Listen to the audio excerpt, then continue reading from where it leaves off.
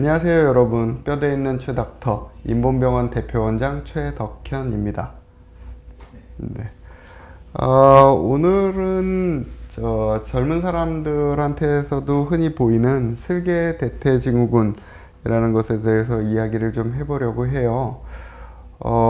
슬개대퇴동통증후군, 슬개대퇴통증증후군.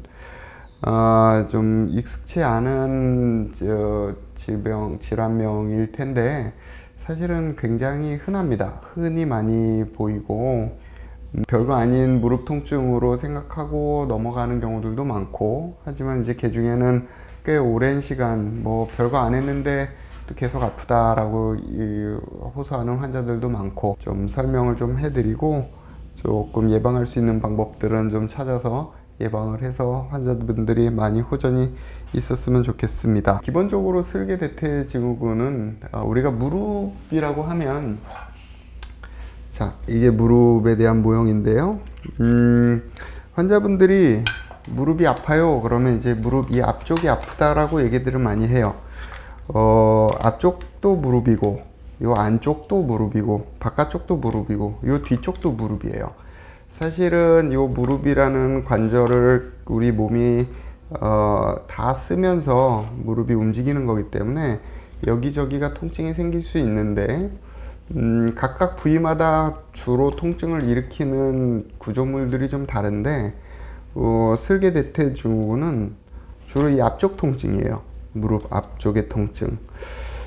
요 앞에 있는 게 슬개골이라는 뼈고 요 뒤에 있는 게 대퇴골이라는 뼈인데, 요 두 뼈 사이에 연골이 마찰을 일으키면서 무릎이 구부렸다 폈다를 하는데, 요 둘 사이에서 무리가 좀 쌓이면서 통증을 일으키는 것, 그게 쉽게 말한 슬개대퇴통증증후군입니다. 기본적으로 많이 써서 생기는 증상이기 때문에 운동을 많이 하는 사람들한테서 잘 생기고, 특히 사이클, 조깅, 계단 많이 오르내리는 것도 그렇고 헬스 같은 운동 많이들 하면서 스쿼트나 런지 이런 운동 하면서도 잘 생기고요.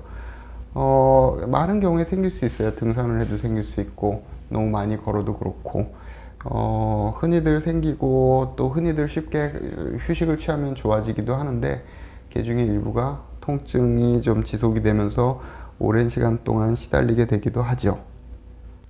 근데 또 꼭 비단 운동을 해야만 통증이 생기느냐, 그건 아니에요. 주로 보면은 젊은 학생들한테서도 많이 생기는데, 운동을 너무 안 해도 생겨요. 운동을 충분히 안 해서 평상시 운동 많이 못하고 허벅지의 근력이 좀 근육량이 충분치 않을 때, 그리고 오랜 시간 앉아 있을 때, 아무래도 앉아 있는 동작은 무릎이 구부러지면서 두 뼈 사이의 압력이 높아지면서 한 자세로 꾹 누르는 상태가 되기 때문에, 이 상태가 계속 유지되다 보면 둘 사이에서 연골이 좀 약해지면서 연골 연화증과 함께 이런 징후들이 나타나기도 해요. 그래서 보통 보면 고3 수험생들, 또 아니면 또 큰 시험 앞둔 직장인들, 오래 앉아서 공부하다 보면 이런 증상들 많이들 호소합니다.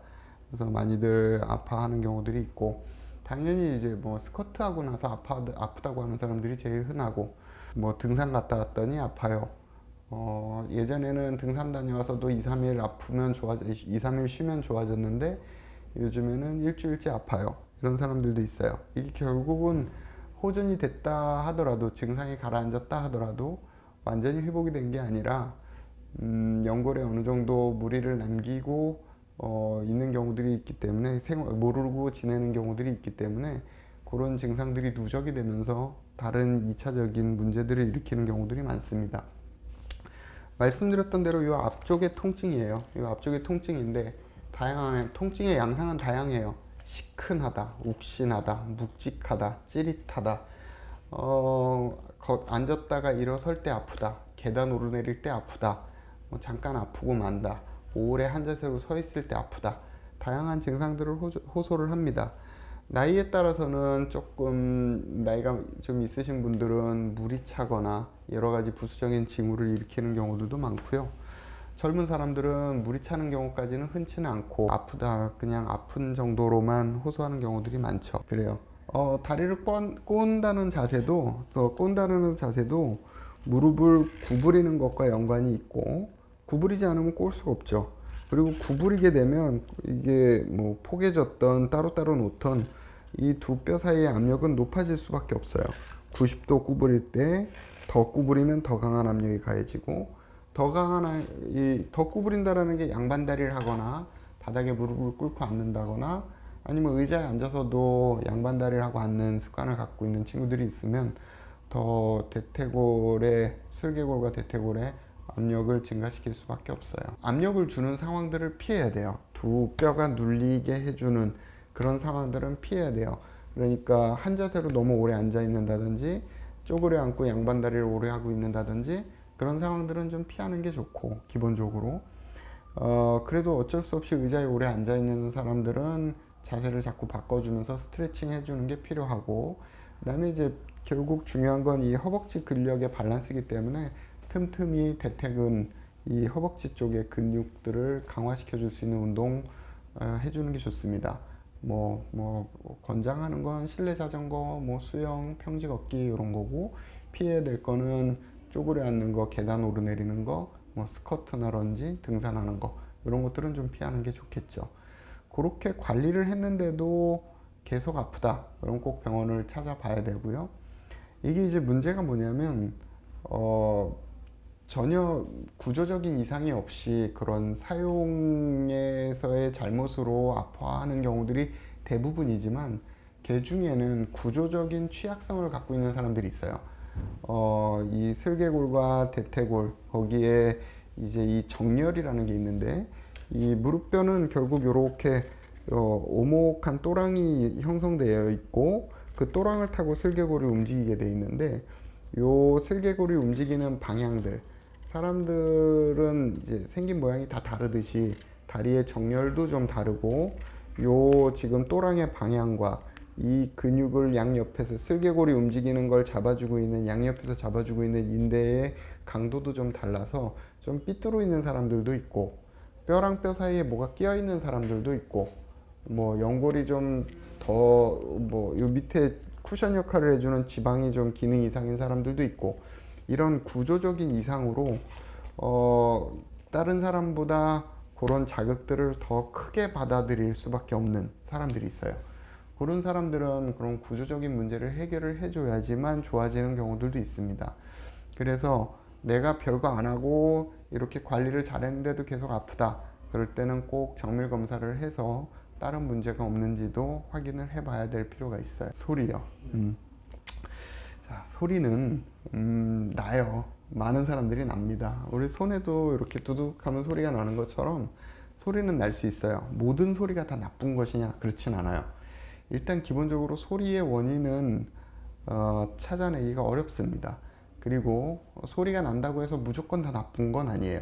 일단은 소리보다는 통증에 더 집중을 하고, 통증이 없다면 통증과 상관없는 소리라면 조금 더 두고 봐도 됩니다. 관리 잘 하고, 그래도 이제 소리가 점점 통증과 동반된다든지 좀 이상한 소리가 난다든지 움직임에 제한이 오는 증상이 생긴다든지 그렇다면 좀 정밀 검사를 해봐야 되겠죠. 하지만 그 전까지는 통증에 대해서만 좀 더 관심을 기울이고, 소리는 잠깐 잊어버려도 좋습니다. 치료는 기본적으로는 비수술 치료예요. 보존적 치료고, 약 먹고 물리치료하고, 그 전에 이제 스스로 내가 그런 자극을 많이 주는 상황이라면 그런 자극을 줄여주려는 노력이 선행돼야 되겠고, 그 다음에 이제 가벼운 운동을 시작을 하는 게 필요하겠고, 그렇게 했는데도 조절이 안 된다면 이제 물리치료와 약을 이용한 소염제를 이용한 치료 해볼 수 있고요. 그렇게 했는데도 증상이 호전이 안 될 때는 정밀 검사를 해야죠. 아까 이야기한 대로 구조적인 이상이 같이 동반되어 있는 경우에는 그런 구조적인 이상을 교정하기 위한 수술까지 하는 경우들도 간혹 있습니다. 어쨌든 흔한 일은 아니니까, 그리고 굉장히 흔하게 발견되는 질환이니까 대부분의 경우는 보존적인 치료로 좋은 결과를 얻을 수 있습니다. 그러니까 잘 관리해 보시고 예사롭지 않다 싶으면 병원을 찾아보는 게 좋을 것 같습니다. 오늘은 슬개대퇴 통증 증후군에 대해서 알아봤습니다.